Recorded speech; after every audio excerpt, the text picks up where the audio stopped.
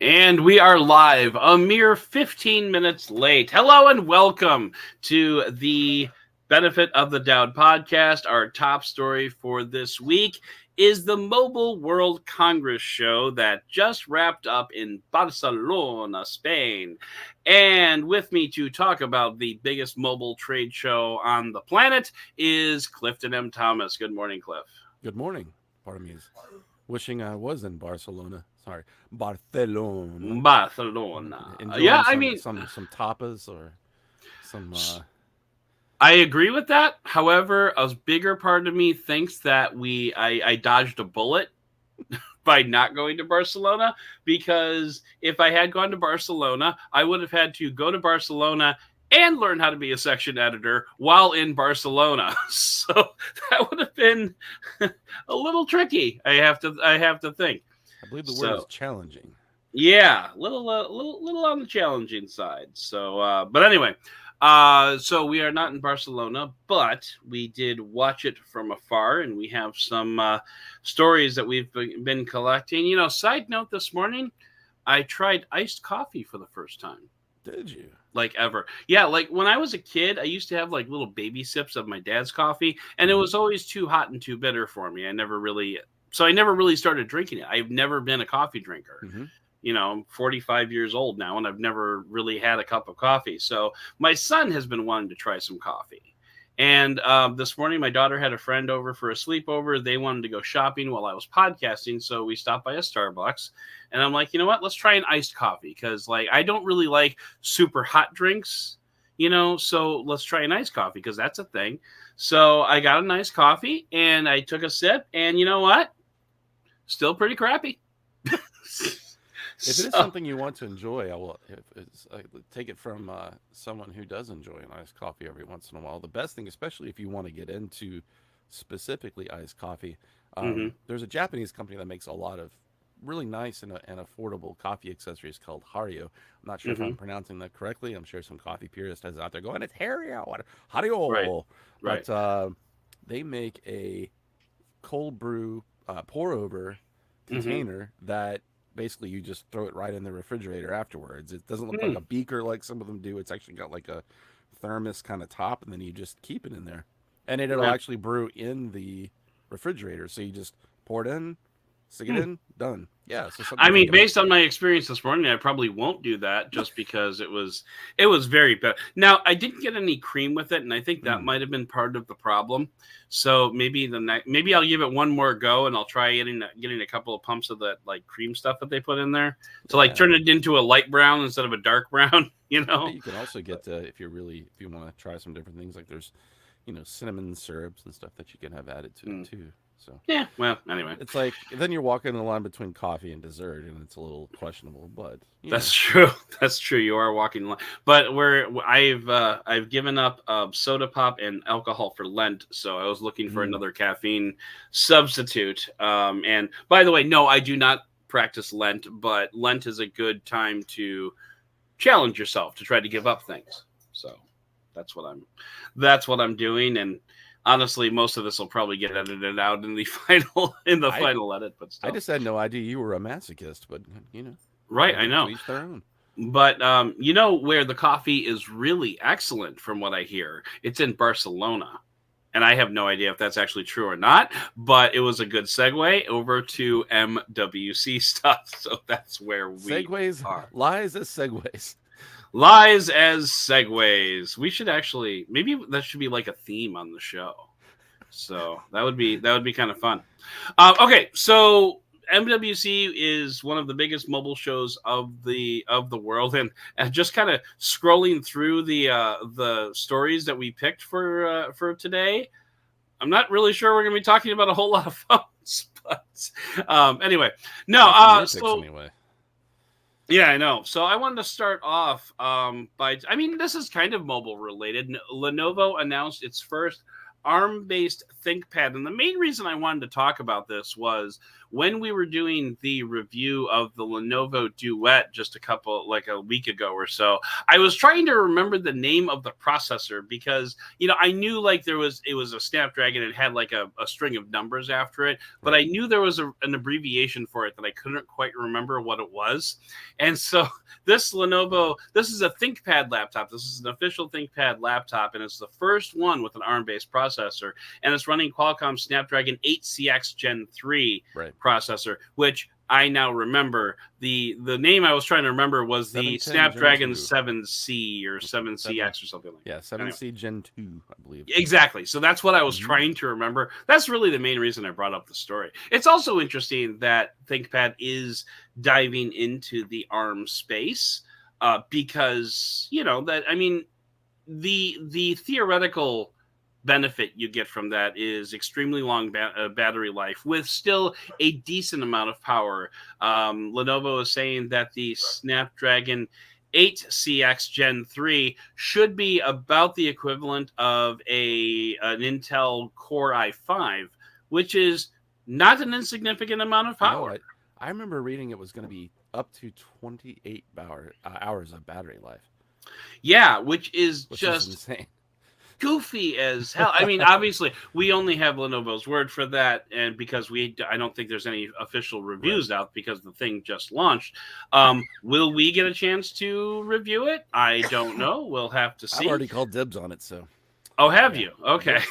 So, all right, that means nothing, then. But I just thought I would, try to act like I was in elementary school and right. No, what I think that's what I like just very quickly about ARM-based processors in laptops or foldables, or I'm sorry, not foldables, but 2-in-1s, is that the standby battery life. That's because, Intel has gotten better about battery drain while you have it just sitting on a shelf somewhere. There is still, I think, a market percentage difference. Like I with the Samsung Book Go that I have, I think that's what it is.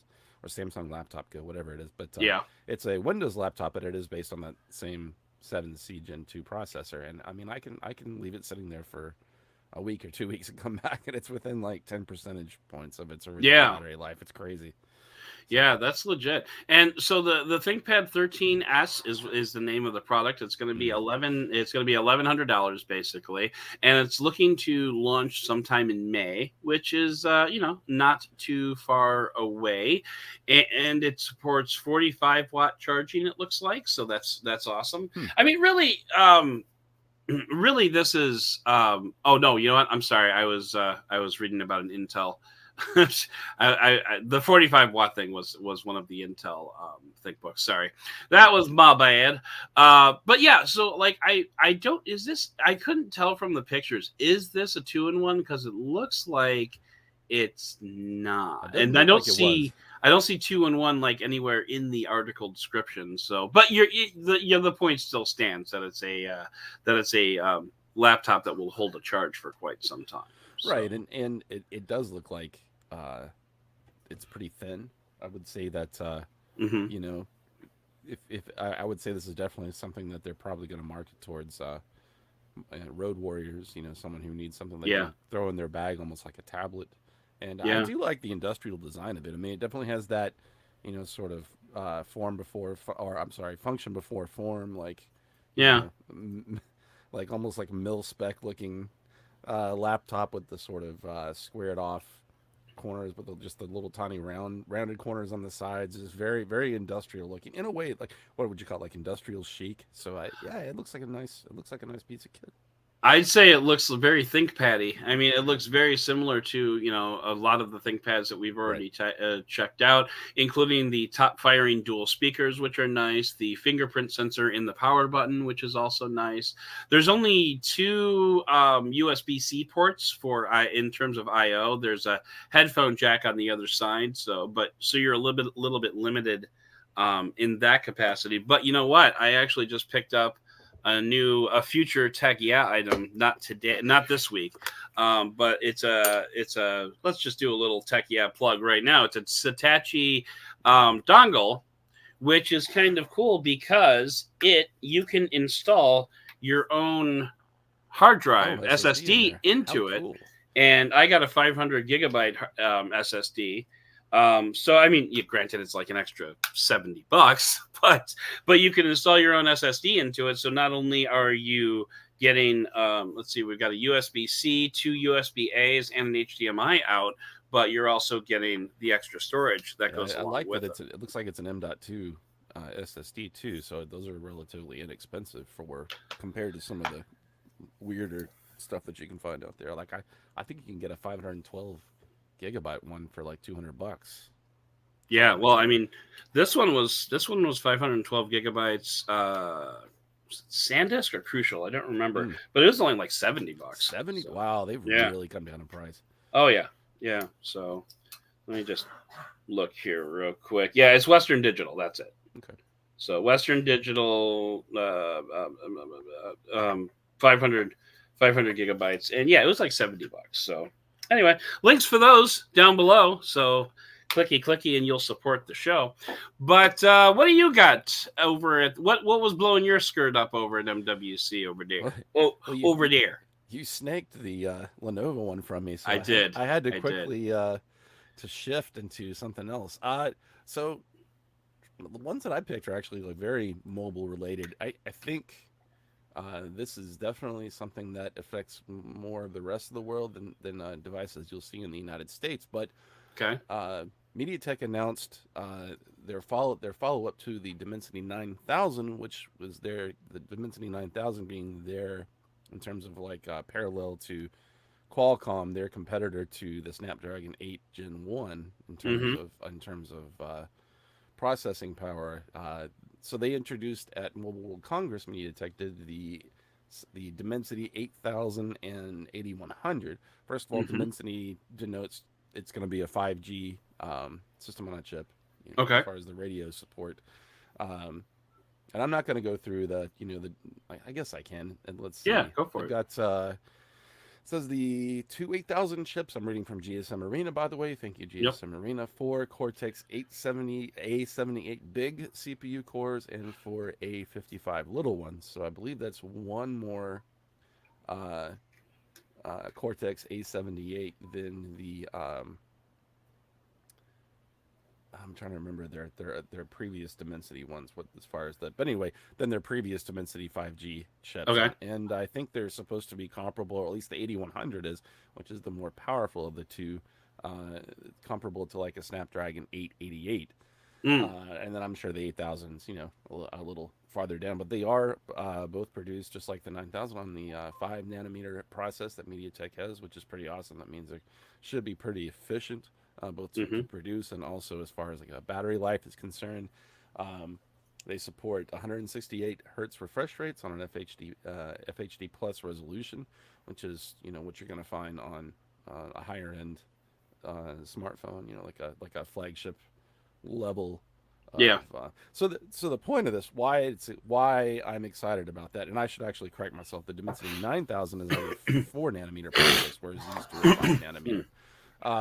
But the previous one's 6 nanometers. So MediaTek, I think, I don't want to say they were the butt of jokes, but if you got a MediaTek based phone, you weren't, number one, thinking that it'd get a lot of software updates, and two, you knew it was going to be a lower end phone. Not that there's anything to say there's something wrong with a lower end phone. They serve their place, but now MediaTek is really starting to put the heat on Qualcomm. And I guess you could say, like even Samsung and Huawei with their Kirin stuff, in terms of being able to produce comparable performance at what will be a lesser price. So that, to me, this is going to be pretty cool, because I think you'll probably see these in some gaming phones, that maybe come in at a lower than flagship price. And maybe we'll see them in something probably more in Chinese market devices or Asian market devices, from something like a Xiaomi or maybe a Realme. I don't know how much the BBK has used MediaTek processors in the past, but I think we're seeing more of those now. So that's a pretty big deal, and I would love to get my hand on something based on like the 9000 or the 8100 or 8000, just just to see how it is, what it's actually like in reality. So yeah, I think that's little or small but big news at the same time.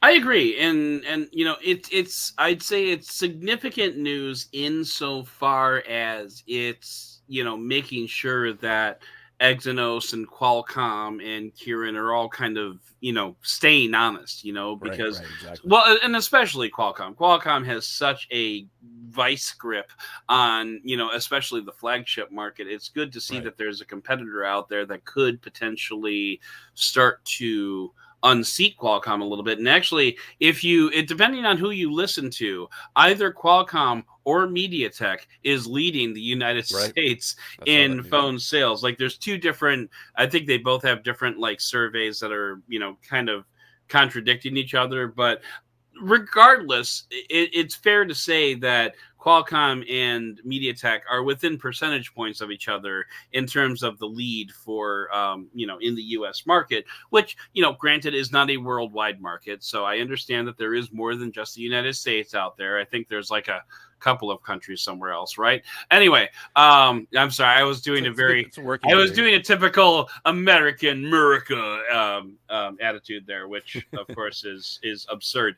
But anyway, so like no, I mean but still, the United States is still a significant market for the smartphone market. So if MediaTek is starting to make headway here, that is not an insignificant thing. So. And just to finish up on this, I'll say this is I guess this makes a lot of sense. GSM Arena goes on to say that the 8000 or 8100 chipset will be on the market in the first quarter of 2022. So basically, expect a lot of launches in March coming from, in quotes, some of the world's biggest smartphone brands. Yeah, so that's exciting. It is. So, and I agree. I would like to see, I think the last thing that I used with a MediaTek processor was probably. I don't think it was the Duet. I think it was actually the gaming phone from Blue, which had the G90 Pro in it. So I'm kind of thinking, have I used anything since then? I don't remember what the timeline was, but it's been a while since I've used a device powered by maybe MediaTek processor from Moto, like in their G series. Possibly, yeah. So anyway, we can go ahead and move on because we've got like 4 more stories here that we need to cover, and we only have like 20 minutes to do it. So let's see. So my next pick, and I think this can actually be kind of a shorty, but Oppo announces 240 watt charging, which can take I believe it was a 4,500 milliamp hour battery from 0 to full in 10 minutes. That is insane. And like this week actually saw a number of phones launch with like 120 watt charging. Right. So and OnePlus announced that there will be a OnePlus product that comes out in Q2 of this year with 120 watts of power. Did they say 240? I don't remember exactly. I think it was 120 watts, because I think they said a 4,500 milliamp hour battery will go from 0 to full in 15 minutes. So, but just 240 watts of charging, and that is just insane. And actually, I mean, that's also this 240 watt charging is also coming from OnePlus's. What do you call that, brother? Because OnePlus is a sub brand of Oppo. So is it their senior brand? Super I don't know. VOOC Extreme now. Yeah, it's Super VOOC technology is what they're calling it. But and they also said and I should say that obviously, Oppo is not the only one working on stuff like this. Xiaomi had a new charger that came out that was like a 200 watt charger that said it retains its battery capacity by 80% after 1,600 charge cycles. So if you're concerned about battery fatigue here, then don't be, because like 1,600, I did the math. It's actually like 2 years and just over 2 months if you charge your phone twice a day. And let's just and I wrote this on Digital Trends as a PSA: don't charge your phone that much. Go out and enjoy the world outside. It's nice out there, trust me. Uh, Something I was thinking yeah. about, because you see these huge numbers from mostly from Asian manufacturers, specific, really more Chinese and Indian manufacturers, right? Hmm. I was just thinking, have we seen anything like that from like Apple or from Samsung? You know, the two by far largest Or resellers Moto here. or Right, LG or right. anybody like that. No, I want to say the Moto Edge Plus that just came out last last week. I want to say that was 30-watt charging at the Right. most. I Samsung, just the Galaxy Ultra tops out at 45 watts of charging. Apple, I want to say tops out at around 20 watts, give or take. That could be wrong. That I actually think that's probably is around wrong. that though. And Yeah. I think it's so interesting that two companies are, you know, so conservative with this kind of technology, and at least with Samsung, some of that could have to do with, you know, the You think? a certain phone that was released a few That years will ago, remain nameless. right? Note 7, but Yeah, little dust it in is there. like, so I just, you kind of wonder like who's right and who's wrong in terms of their approach. I don't know, Well, I but mean, spoiler alert, there may be an op-ed coming out to Digital Trends about that very subject. So uh, just FYI. I think what's bugging me about the whole thing, well, actually what's not bugging me absolutely about this is the brands that are working on this type of charging technology, the OnePlus. And we actually touched on this when we recorded Doubting Thomas, which will come out actually after this episode. But, you know, the brands that are working on this stuff, the OnePluses, the Realmes, the Oppos, they're all shipping chargers in the box. When they have right, a baller charger that can get your phone up to 100% in 10 minutes, they're sending you that charger. Whereas with Samsung and Apple and whatnot, they're more environmentally focused. Right. So they're not shipping chargers at all. And the problem is you know, the Samsung Galaxy Ultra can handle for up to 45 watts of charging, but Samsung isn't shipping you the chargers that can allow for that. So, right, you know, right. you end up having to go out and buy either Samsung's charger or Anchor or something like that But even to but to even do the that, which Samsung is charger that is their higher watt charger for the new S line is only 45 watts. So even with when they do offer something, it's just it's not nearly in that same scope. But I definitely get right. the point that you're making there for sure. Yeah.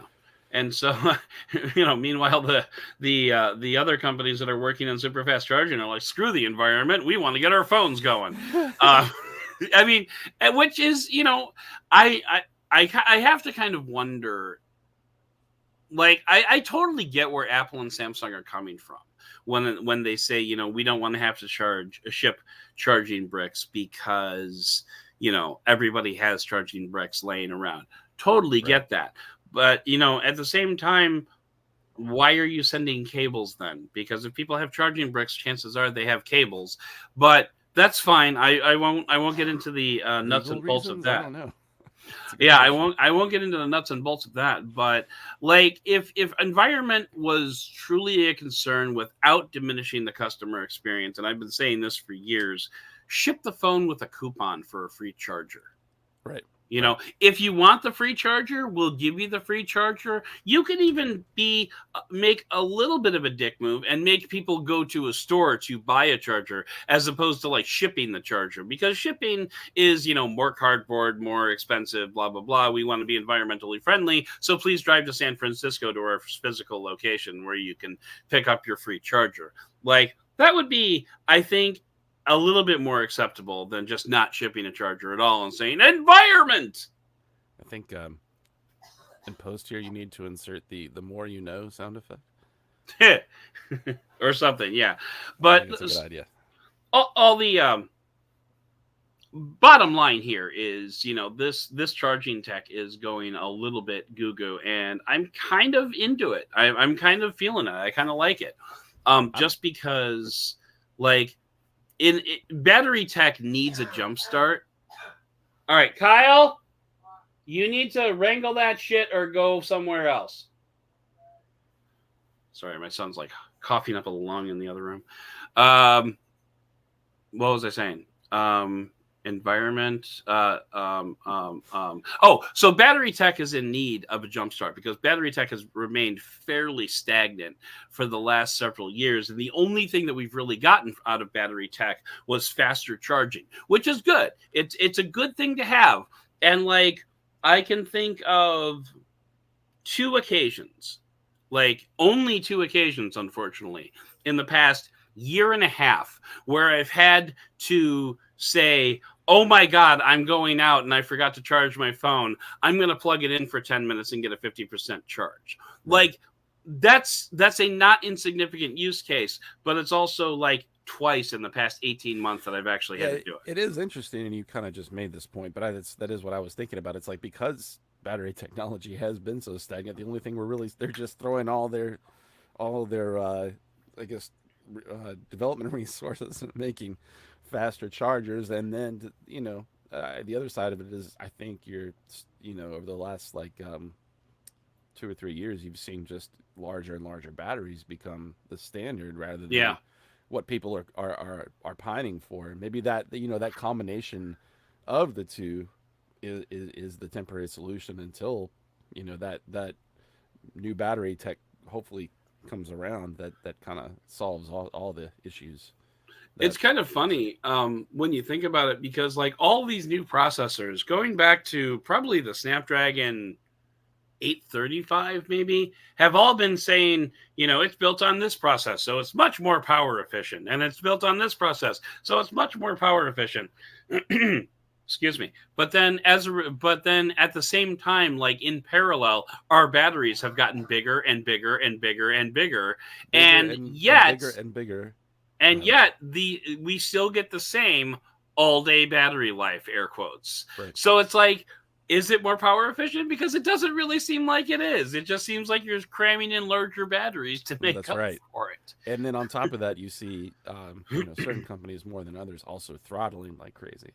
Yeah. So if you benchmark, two different phones with the same processor from, two different manufacturers, it's like putting the same engine. I mean, this is really simplifying it, but putting the same engine in two different cars, but the choices that the manufacturer makes otherwise see a difference in horsepower and gas mileage and things like that. So, and I guess that's just kind of a pick your poison, choices that you make kind of decision there. But yeah, throttling, I'm because I'm not a gamer, it doesn't really affect me. And we are seeing some neat stuff like the high refresh rate screens, but also with the LPT. Is it LPT1 screen technology that allows them to throttle the refresh rate down to lower to preserve? I know it's LPT. Something. I don't know the name of it, but I know what you're talking about. But yeah, no, and that's legit. It's just, it seems like, I guess basically what the bottom line is the processor is not the only thing that's going to be sucking up your batteries. So I honestly kind of wish that they would stop talking about how much more power efficient these processors were, because it doesn't seem like it in the final product. Right. Especially because these processors are capable of, I think some of them are capable of over 3 gigahertz. I mean, we're getting into desktop processor levels of clock speeds now. It's kind of crazy. Yeah. Well, I was going to say, go ahead. It sounded like you had a good segue there, so go for it. I was going to say, well, speaking of high refresh rates on screens, I was going to talk about my next pick. Okay, I was going to segue to your other next pick, but yeah, let's go for it. Great minds right there. So Xiaomi, I should say Xiaomi-owned gaming phone brand Poco introduced their newest entry into that arena, the X4 Pro 5G, which has a 120 hertz AMOLED display and a 108 megapixel camera, and it's debuting at 299 euros, or That's about crazy. I would say about $350 US. Yeah, now. Yeah.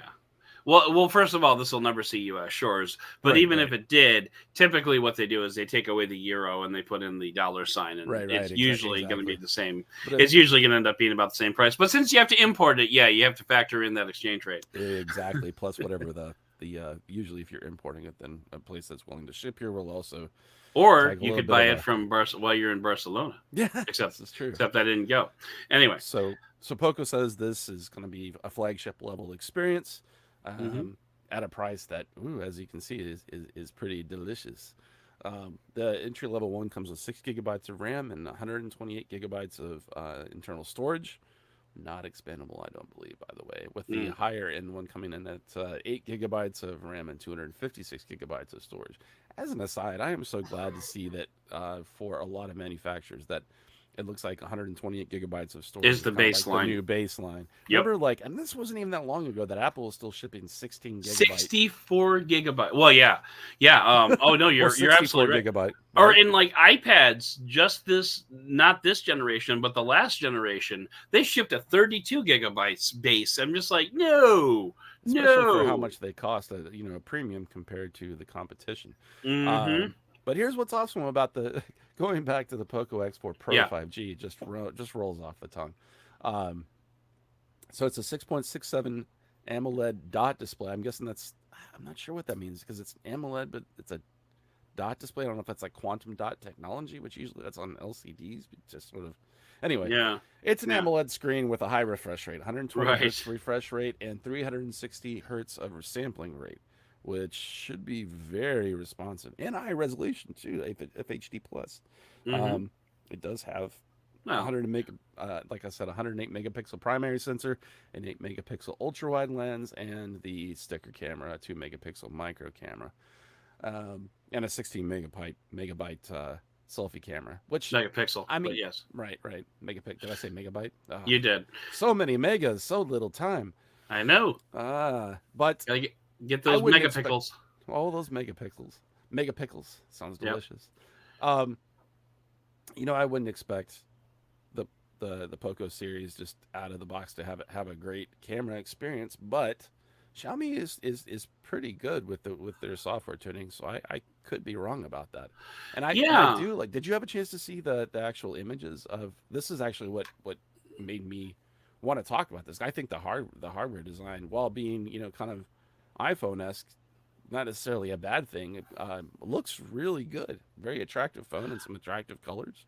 I was actually thinking this kind of smacked of Xiaomi's latest phones, which were the names escape me, or I should say it's a Xiaomi phone, so the numbers escape me.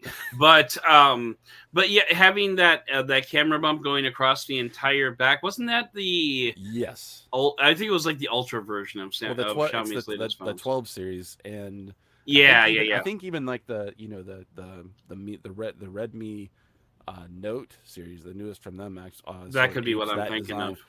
Right, and I think actually if you look at some of their competitors, a lot of them are doing this where they have the camera housing, which is still to one side, but you have that sort of that bump, that module that goes all the way across, and sort of it balances it visually, which is not a bad thing. It does, but I'm also like looking at these renders, and it looks like the main camera sensor actually protrudes out a little bit from that camera bump, so kind of like it's probably still going to have that rocking issue. So right. I don't know what Xiaomi is thinking there, but yeah, it's a really unique design though, and it actually comes in some pretty fun colors too. It does, and I'm a big fan of Sony's and Apple's industrial design with the slab sides, with the high radius corners. It's just, to me, I feel like slab-sided phones, and I think I'm not being the minority here because some people feel like it digs into their palms, but I like that because I feel like it makes it easier to hold versus the some of the phones that have something that's a little more rounded off. These look to be really high value phones that are just going to make that space even more competitive. I don't know how I particularly feel about gaming phones. For me, I don't game a lot on phones or gaming in general, but I don't know if this should have come out, but if it hasn't, you just had a chance to test a gaming phone. Is it something that you feel like has a space in your pocket, like as an idea? So I have a theory. There might be a feature coming to Digital Trends if I ever find time to write again.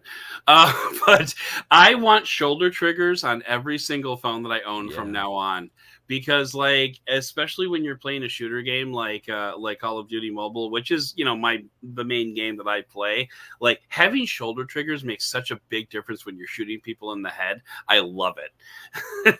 I especially like when they're not just capacitive buttons, when they're actually like some of the I think like Xiaomi's what is there, something Blackfin, something like that, Black Shark, Yeah. I'm sorry, Black Yeah, Shark yeah, yeah, series. yeah.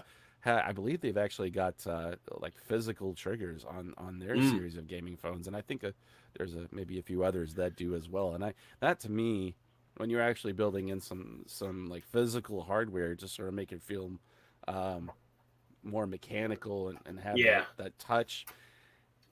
That to me is really cool, and I hope we see more things like that in the future. Well, I've also got this guy. It's a Riot Power ESL gaming controller for a mobile phone. It has a built-in USB-C cable. This is actually coming to Digital Trends sometime when I get a chance to actually play games again. But yeah, so that'll there's hardware solutions like that too. But all right, we need to blast through the last two stories here because we're coming up on time, right. And I need to hop over to Twitch and record a script over there. So so let's get through these last two stories here. TCL has some cool new foldable concept phones. TCL showed off their fold and roll concept, which is kind of like a Galaxy Fold, but then the end of the phone kind of extends out to give you a much better tablet aspect ratio. And they've also got this UltraFlex phone, which is a 360-degree folding screen, which basically means you can go from a Samsung Galaxy Fold all the way around into like a Huawei. What was there? The Huawei Mate X that had the outside screens. Yes. Yeah. So and basically, you can do that. Or that other company from China, which was actually, I think, the first company to launch a foldable device. Oh, yeah. I know who you're talking about. Right. Also had that same form. We interviewed them for the Android Authority podcast. FlexPi. That's who it was. Right? Yeah. I think Role was like the product name, but Royal. Royal. Okay, but just seems like such a bad idea. Like cool concept, bad idea in terms of like what is already kind of an easy phone or a screen to scratch. So it's not terrible. I kind of dig it. And then I thought they had a third one that they were showing off, but anyway, I'm not seeing it in this particular story here. Now, Andy Zahn, who wrote this particular feature, also picked up the ball and ran with another feature that I wanted to write, but I didn't have time to write, which is basically shit or get off the pot time for TCL to launch a foldable. Yes. Like, I get it. I get where TCL's coming from. I had the interview where he talked about why they haven't launched foldables. And by the way, the other foldable that they had was the Chicago concept. That was like the flip. I get it. They want to bring the price down and they want carrier help with pushing these phones. I understand that, but I really think that it's time for, if that's the case, fine. If you want to wait for that, fine. Stop showing off what you have already. Yeah, stop bragging like, oh, we've got all these different designs. And like, look, TCL, I get it. Like, you wanna make sure that people are still keeping your name in the conversation for foldables, so that when you do ultimately launch, but it is time to put up or shut up. Honestly, when in the realm of foldables, if you want to show us the next foldable phone that I want to see from TCL is at its launch. Right. Exactly. I think I said as much to you when you and I in our Slack chat were just talking about. Yeah. I think I said something to the effect of TCL shows off a bunch of really cool foldable concepts and then says, here's a bunch of value phones for you to actually buy. So and that is 100% true, because you're right. They did show off these three beautiful concepts, and then I hate to use this word because but then they vomited out like 8 other cheap phones, priced $300 and less. And I get it. That's what TCL's bread and butter is. They're powering in on the former LG market. I totally get that. But But yeah, I mean, basically that's what it boils down to is the next foldable that I see from TCL had better be at a launch event. So because otherwise I'm losing interest. I really am. Like, we've got all these great things and great they work and that's nice. Sell them. And I think that's kind of where we are, and by farming this feature out to Andy Zahn, I'm able to maintain my good relations with TCL. So, except now that I've said it in public, who knows? Anyway, but anyway, so yeah. But they did show off the concepts. They are cool concepts. I really like the fold and roll. I am digging the hell out of that fold and roll phone, and so I'm really into that. But I really think that it's kind of, put up or shut up time for them. So, all right. Let's, if you have final thoughts, cool. Otherwise, we're going to transition into our last story. Okay. I don't. I think, like I said, that exactly what the points that you were making are how I felt when I saw them. I don't want to say that I didn't want to look at them because I'm all about some cool new foldable devices, cool new technology, but all about that base. But it's now the third year that they've showed something off, promising that we would see something in the future from them, and here we are again. So yep, totally. Totally get it. So, all right. So, one of the hardest parts about making a foldable concept work is in the software. Speaking of software, OnePlus walked back its unified OS plans, which means that for now, at least, OxygenOS is here to stay. Now, OnePlus is still working off a unified code base with ColorOS and OxygenOS. However, those two products are going to remain distinctly different for 2022, and I will let you take it from here, Cliff. So I'm happy to see that OxygenOS is going to remain as a product, and that they can combine efficiencies by having unified code base. It makes a lot of sense as a concept. The thing that actually makes me sad, just and this actually goes back a few years with OnePlus, is that when they got rid of CyanogenOS as their build of choice for that's the right. OnePlus I forgot One, about that. Right, but what they did was they actually brought in a whole bunch of talent that had been working on other skins, or not skins. I'm sorry, that's other third-party versions of Android that you could install on your device, and brought them all under one roof. Right. I think both for what they had a version for the Asian, or for China, and then one for Western markets, and then eventually they combined those. But they've let go of so much talent. What I'm hoping is that, because I think they got rid of a lot of their team when they decided that they were going to go with just one unified OS recently in the last 6 months. I could be wrong about that, but it just seems I don't recall that. Yeah. Okay, but I mean, it's possible. I just don't recall it off the top. I'm just hoping that it's not just on the face branded OxygenOS, and that we don't see the really. I'm worried that we won't see that efficient, really pared back version of, but really customizable version of Android that I think so many people that are fans of OnePlus love. It could be just fine, and I think it probably will be. But there's just that part of me that I read this and I don't know what Pete Lau's decision making was there. It just seems like they are trying to be as efficient as possible, and it almost seems like they were trying to make OnePlus the Oppo for the North American market. I mean, they share so much as it is, and while Oppo makes great phones, I really want what makes OnePlus great to remain with them, and what the whole reason that people were buying their phones remain is because it was. I mean, you could like the Nord series just felt so light on its feet, even though it was a mid-range phone, and that I hope that stuff remains. That's my only real thought with this. I'm glad as an idea for them to be sticking with OxygenOS. I just hope it's everything that we've come to love from what OxygenOS stands for. I get that, and OxygenOS has never really blown me away. I've never been really all that impressed with it. But that being said, your comments about the Nord just now are very pointed, because I've only ever used OxygenOS on a flagship level phone. I've only used it on the OnePlus 6T and the OnePlus 8, I think, and the OnePlus 9 Pro. So I've never used a Nord, a OnePlus Nord phone. So I can't say like how snappy it felt, how peppy it felt. Like if there's, if the software is actually contributing to that feeling, then yes, it would be a shame to see that go away.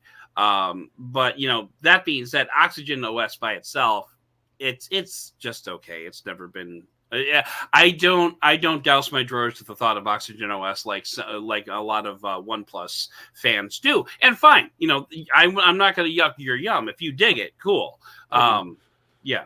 And obviously you dig it, so because it was important enough for you to bring it up in the story. So yeah, one other quick note about this in the same conversation, and I don't know if we mentioned this on the podcast yet. I definitely wrote about it at Digital Trends, but in the same news conference where they announced that they're going to keep OxygenOS and ColorOS separate, that was also when Pete Lau made the slip about talking with Google about folding phones, about working with Google to optimize folding phones, and everyone in the room was like, what? So,